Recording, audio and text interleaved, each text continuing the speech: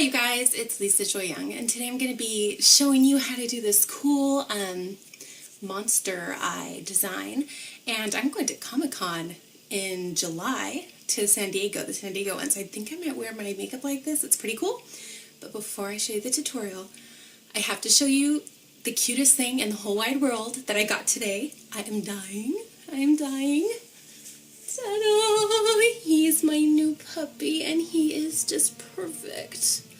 I love him so much.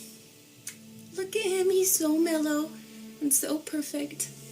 I love him. He's an English Golden Retriever, and he is my new love. So I had to share him with you guys. If you're friends with me on Facebook, you've already seen him. But okay, on with the tutorial.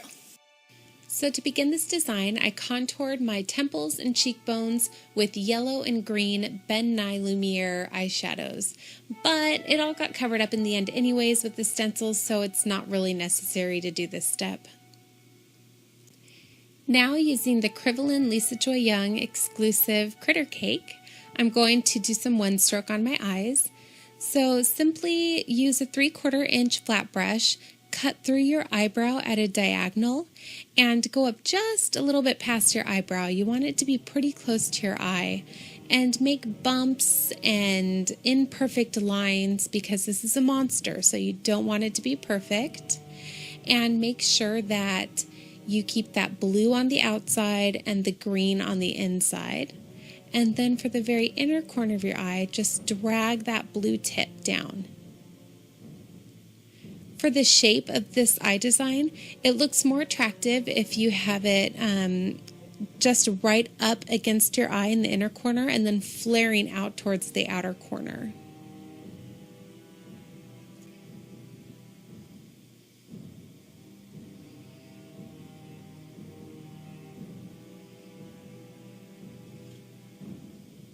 Now, using Kryvaline Neon Green, I'm going to fill in the parts of my eye that didn't get covered with the split cake and just dab it on for intensity.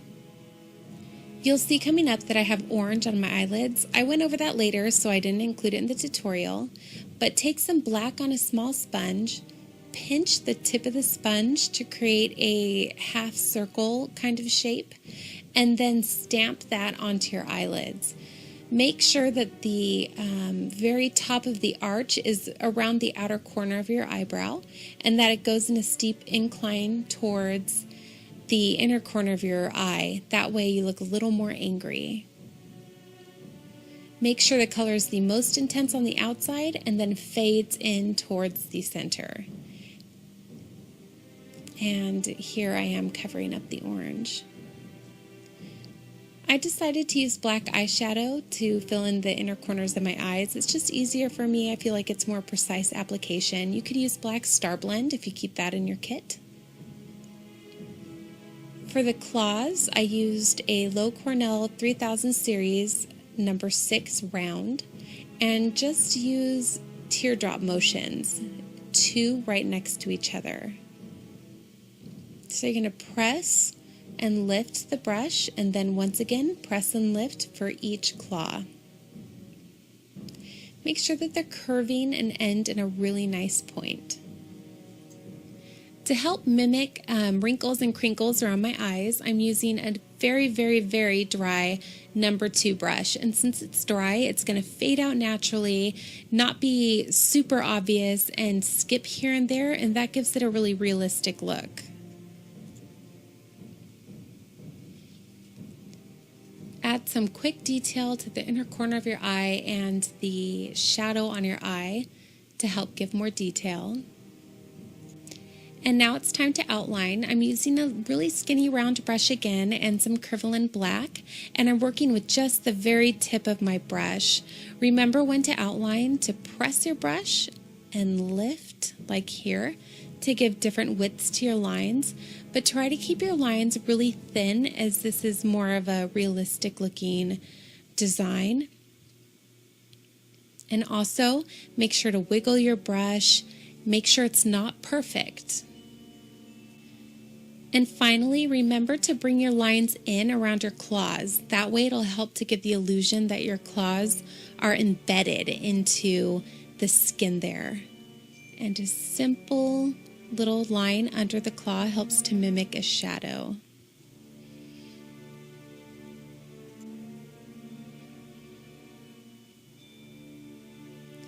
To help add a little more shadow to the claws, I took some Kryvaline gray and I'm just adding a little bit to the underside of each claw and then to the very base of each claw. And once again, my brush here is very dry.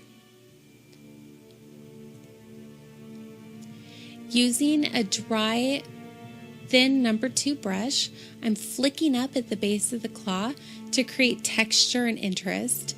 So just little flicks and then long flicks. And make sure when you do this that the direction of your lines are always going the same direction of your claws.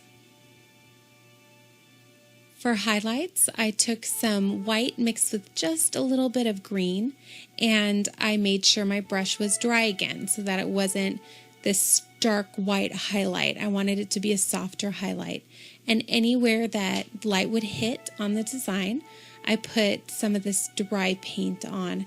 And what's nice about using this technique is it's really hard to mess up because you kind of have to use some effort to put the paint on there since it's so dry.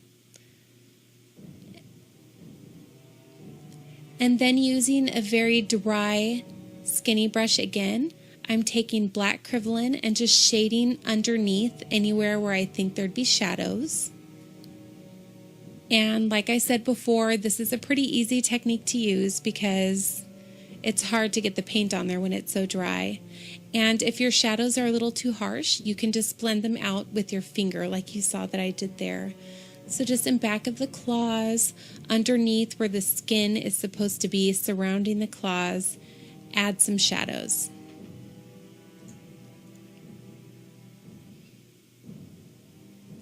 Now I'm taking a dry number 3 brush with some black and adding some little divots and like pock marks in the skin.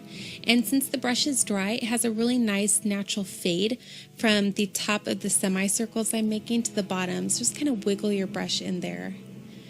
And then put a tiny bit of highlight right at the top of each one, and it gives them a really nice 3D effect.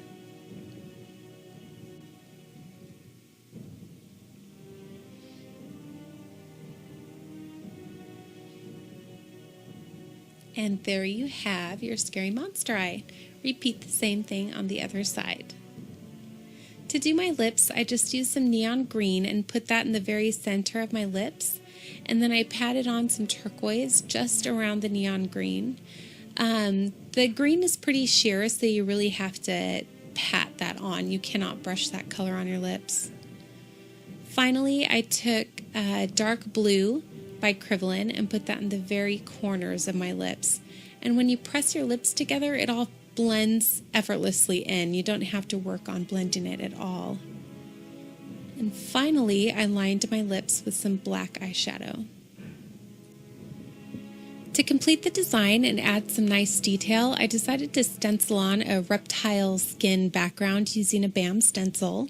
And stenciling on backgrounds is a great way to pull designs together and make them look more impressive with just seconds added to your painting time.